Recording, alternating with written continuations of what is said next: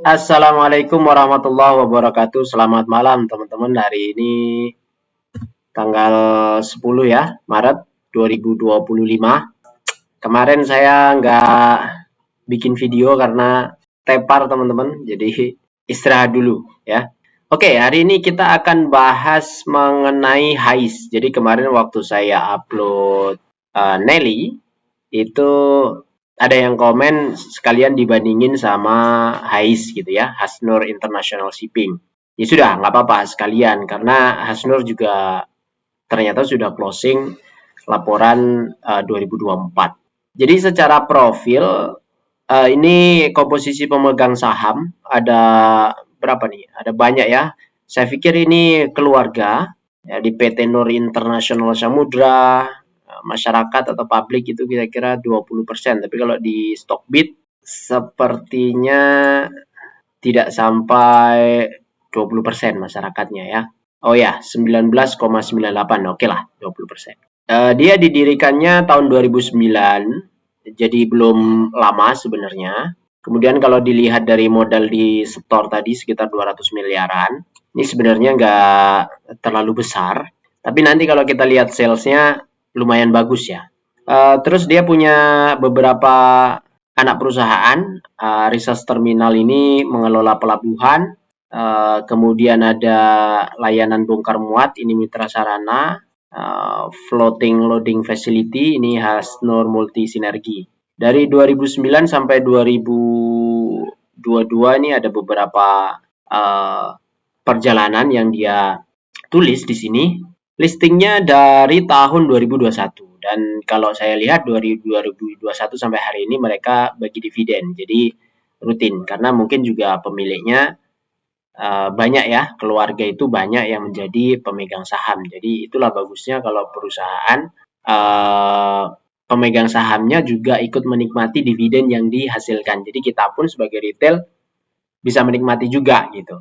Visi misi standar, jadi menjadi perusahaan pelayaran logistik yang amanah dan terintegrasi dengan reputasi internasional.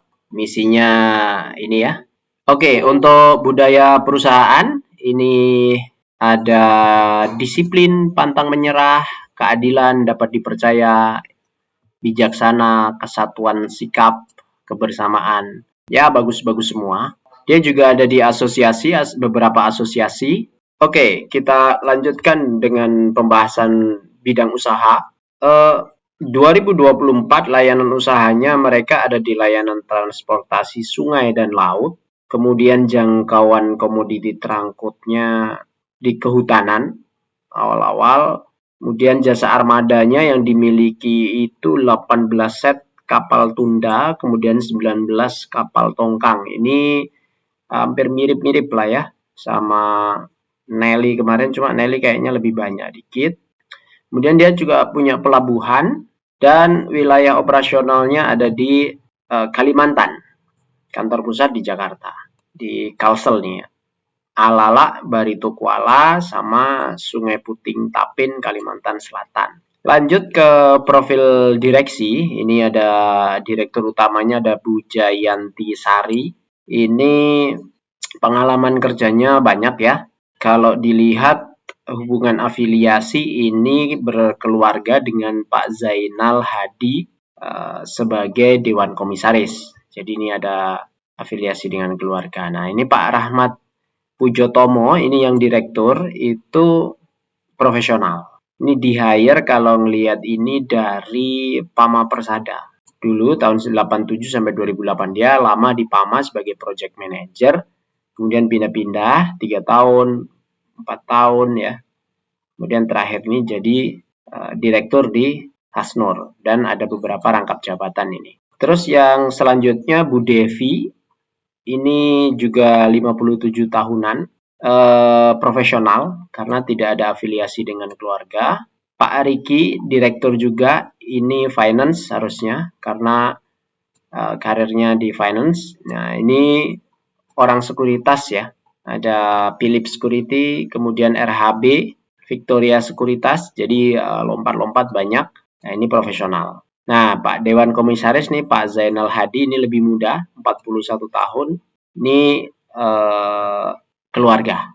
Ada hubungan keluarga dengan Direktur Utama Bu Jayanti Sari. Terus Pak Nur Prasetyo, Komisaris Independen dari Exxon, dari Selam Bersih, ini tidak ada hubungan ya, ini profesional. Lalu Pak Iwan, ini juga seorang profesional, ini banyak dari auditor, kemudian dari sekuritas juga ya, RHB Sekuritas. Kalau dilihat dari susunannya, komisaris, direksi, lumayan menarik ya, profesionalitasnya itu bagus-bagus. Terus komposisi karyawan naik terus dari 2022 ke 2024. Ini menandakan ini bagus. Ini komposisinya direktur 4 dan seterusnya. Rata-rata masih muda-muda 23 sampai 34 dan ini rata-rata juga sebagai ABK. Jadi karyawan tetap 81, ini ABK-nya 192. Masih cukup oke karena 66%. Ini di bagian direct labor atau operasional langsung. Ini vessel crew. Jadi bagus-bagus saja.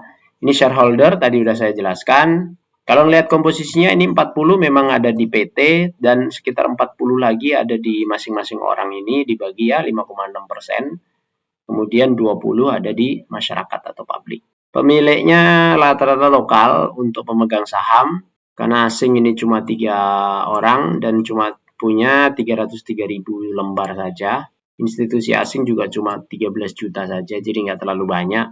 Yang lainnya itu banyakkan lokal. Total kan 2,6 miliar, ini 1,3 miliar dan 1,3 miliarnya ada di individu lokal dan institusi lokal. Nah, yang menarik adalah ini dia punya anak usaha, itu punya Hasnur Mitra Sarana dan Barito Jasa. Ini sudah beroperasi 2024. Nah, mestinya kalau baru 2024, ini bisa menyumbangkan revenue baru. Nah, ini ada Hasnur Multisinergi. Ini angkutan laut dalam negeri untuk barang umum dan khusus. Lumayan besar ini ya total asetnya. 61 miliar ini lumayan besar karena Hasnur sendiri punya aset 169. Jadi ini hampir 30%-nya lah dibandingkan dengan Hasnur Resource. Dan dia memiliki 55% saham di situ. Notnya ini belum beroperasi, baru akan beroperasi di tahun 2026. Jadi masih ada potensi growth dari sini teman-teman. Oke, kita lanjutkan ke analisis operasi di segmen usahanya dia. Jadi ada segmen pelayaran. Ini di pelayaran ini dia ada di komoditas industri kehutanan dan gipsum. Nah, di Armada tahun 2024 di segmen pelayaran itu neto pendapatannya 967 miliar. Jadi ini kayak memang yang utama kayaknya ada di sini ya teman-teman. Terus laba usahanya 97 miliar berarti sekitar 10%. Terus segmen bongkar muat ini kecil ya. Walaupun ada peningkatan tapi dari 19 ke 27 miliar saja. Jadi termasuk kecil. Oke, sekilas kita akan masuk ke ikhtisar kinerja keuangan. Kasnya dari 2021 sampai 2024 stabil di angka itu di angka segitu-segitu. Aset lancar naik terus, ini bagus. Total aset juga naik, bagus. Cuma liabilitasnya juga ikutan naik. Yang penting equity-nya juga naik, tapi in prinsip masih oke ya.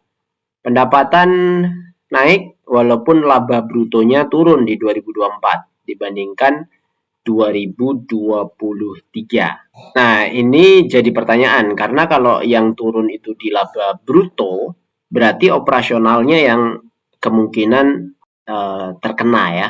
Nah, ini pertumbuhan laba usahanya juga turun di 2024 secara persentase ini ya. Atau secara mon, harusnya persentase sih kalau pertumbuhan. Current rasionya turun, berarti ini kalau tadi lihat cash-nya atau aset lancarnya tetap, berarti ini hutangnya bertambah atau liabilitasnya naik nih. Oke, ini dari penjualan memang naik, tapi beban pokoknya juga naik. COGS-nya naik sehingga laba brutonya ini yang turun. Artinya ini malah jadi pertanyaan karena kurang efisien.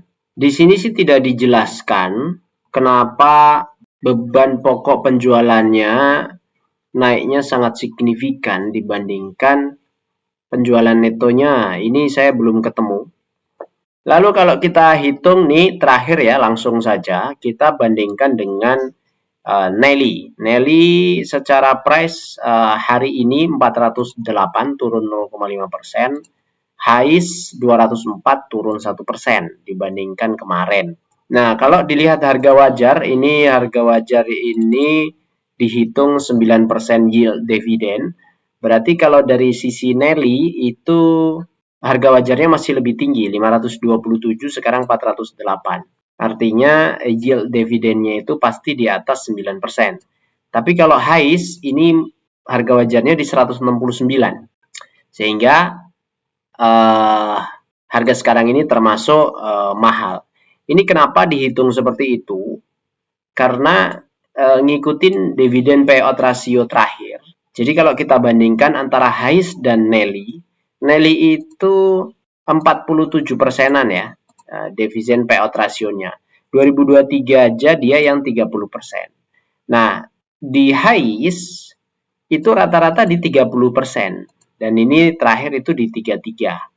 Maka sini saya masukkan ini 33. Kalau kita samakan, misalnya kita pakai asumsi Nelly itu 30%, ya akan berbeda hasil akhirnya.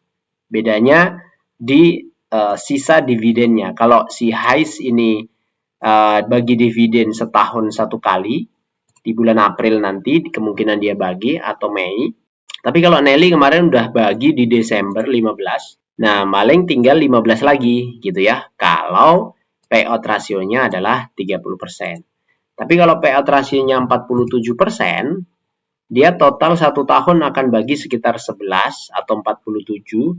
Karena kemarin sudah bagi 15, maka akan bagi lagi 32.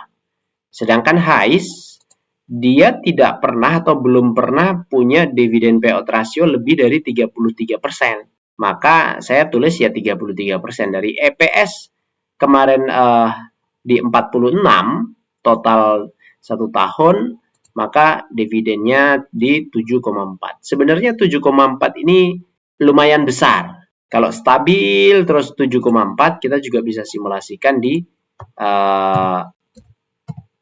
dividen for living ini. Jadi dengan skema pensiun nanti pengennya adalah punya passive income 10 juta per bulan atau 120 juta per tahun, nilai investasinya maka sekitar 1,6 miliar. Diasumsikan 25 tahun ke depan kita nabung 2 juta per bulan, setiap 5 tahun naik 20% cicilannya kita, maka periode pertama dividen investasinya, cicilan investasinya 2 juta, periode kedua itu 2,4 juta, ini setiap 5 tahun ya. Berarti ini 15 tahun, ini 20, 25. Sehingga kalau lihat seperti ini dengan dividen 7,4%, di tahun ke-25, asumsi kita sekarang umur 30, maka akan pensiun 25 tahun lagi.